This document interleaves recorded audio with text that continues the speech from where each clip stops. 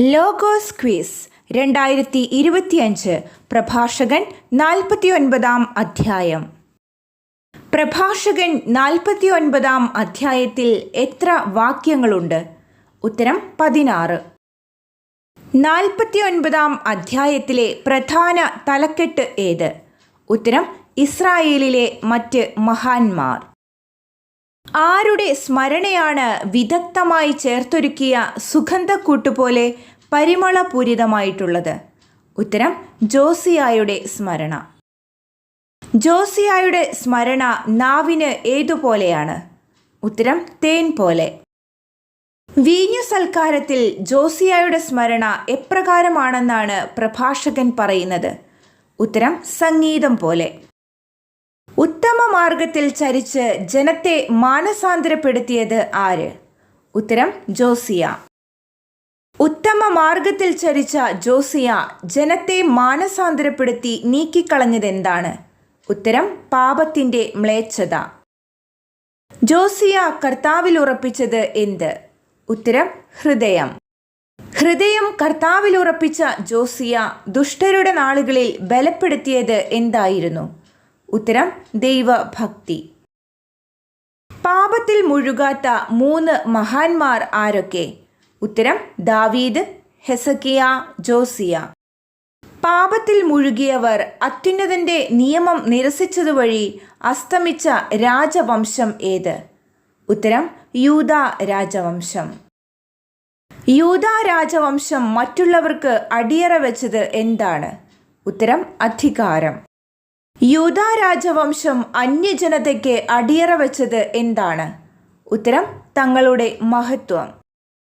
അന്യജനത വിശുദ്ധ മന്ദിരം സ്ഥിതി ചെയ്യുന്ന തിരഞ്ഞെടുക്കപ്പെട്ട നഗരത്തിന് തീ വയ്ക്കുമെന്ന് പ്രവചിച്ചത് ആര്? ഉത്തരം ജെറമിയ പ്രവാചകൻ. അമ്മയുടെ ഉദരത്തിൽ വെച്ച് തന്നെ തിരഞ്ഞെടുക്കപ്പെട്ട പ്രവാചകൻ ആര്? ഉത്തരം ജെറമിയ. അമ്മയുടെ ഉദരത്തിൽ വെച്ച് തന്നെ ജെറമിയ തിരഞ്ഞെടുക്കപ്പെട്ടത് എന്തിനു വേണ്ടിയായിരുന്നു? ഉത്തരം പിഴുതെടുക്കാനും പീഡിപ്പിക്കാനും നശിപ്പിക്കാനും പണിതുയർത്താനും നട്ടു വളർത്താനും വേണ്ടി. ജെറമിയായോട് ജനം ചെയ്തതെന്താണ്?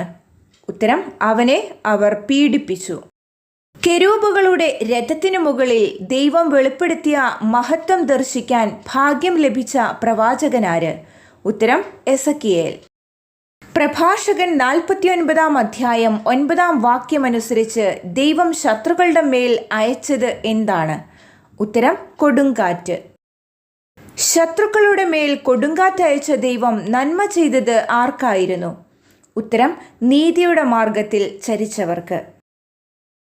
എത്ര പ്രവാചകന്മാരുടെ അസ്ഥികൾ കുടീരങ്ങളിൽ നിന്ന് പുനർജീവിക്കട്ടെ എന്നാണ് പ്രഭാഷകൻ പ്രത്യാശിക്കുന്നത്? ഉത്തരം 12 പ്രവാചകന്മാരുടെ. അസ്ഥികൾ കുടീരങ്ങളിൽ നിന്ന് പുനർജീവിച്ച ആ 12 പ്രവാചകന്മാർ ആരെയാണ് ആശ്വസിപ്പിക്കുകയും ഉറച്ച പ്രത്യാശ നൽകി രക്ഷിക്കുകയും ചെയ്തത്? ഉത്തരം യാക്കോബിൻ്റെ ജനത്തെ. ആരുടെ മഹത്വമാണ് എങ്ങനെ വർണ്ണിക്കുമെന്ന് പ്രഭാഷകൻ ചോദിക്കുന്നത്? ഉത്തരം സെറുബാബേലിൻ്റെ. സെറുബാബേൽ എങ്ങനെയായിരുന്നു എന്നാണ് പ്രഭാഷകൻ പറയുന്നത്? ഉത്തരം വലത്തു കൈയിലെ മുദ്രമോതിരം പോലെ. യഹോസദാക്കിൻ്റെ പുത്രനാര്? ഉത്തരം യശുവ. യശുവ ആരെ പോലെയായിരുന്നു? ഉത്തരം സെറുബാബേലിനെ പോലെ. സെറുബാബേലും യശുവയും തങ്ങളുടെ നാളുകളിൽ പണിതതെന്താണ്? ഉത്തരം ആലയം. സെറുബാബേലും യശുവയും വിശുദ്ധ മന്ദിരം പണിതുയർത്തിയത് എന്തിനു വേണ്ടിയായിരുന്നു?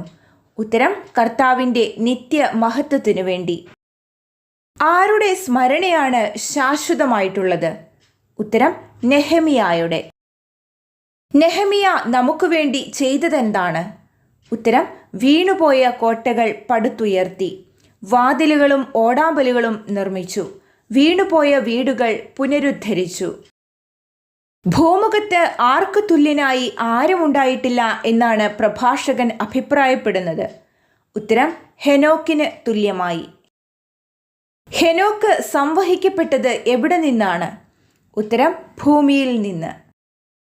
ആരെ പോലെയാണ് ആരും ജനിച്ചിട്ടില്ലാത്തത്? ഉത്തരം ജോസഫിനെ പോലെ. ആരുടെ അസ്ഥികളാണ് സൂക്ഷിക്കപ്പെടുന്നത്? ഉത്തരം ജോസഫിൻ്റെ. ബഹുമാനിതരായി പ്രഭാഷകൻ കാണുന്നത് ആരെയാണ്? ഉത്തരം ഷേം, സേത്ത് എന്നിവരെ. സൃഷ്ടികൾക്കെല്ലാം ഉപരി ആരാണ്? ഉത്തരം ആദം.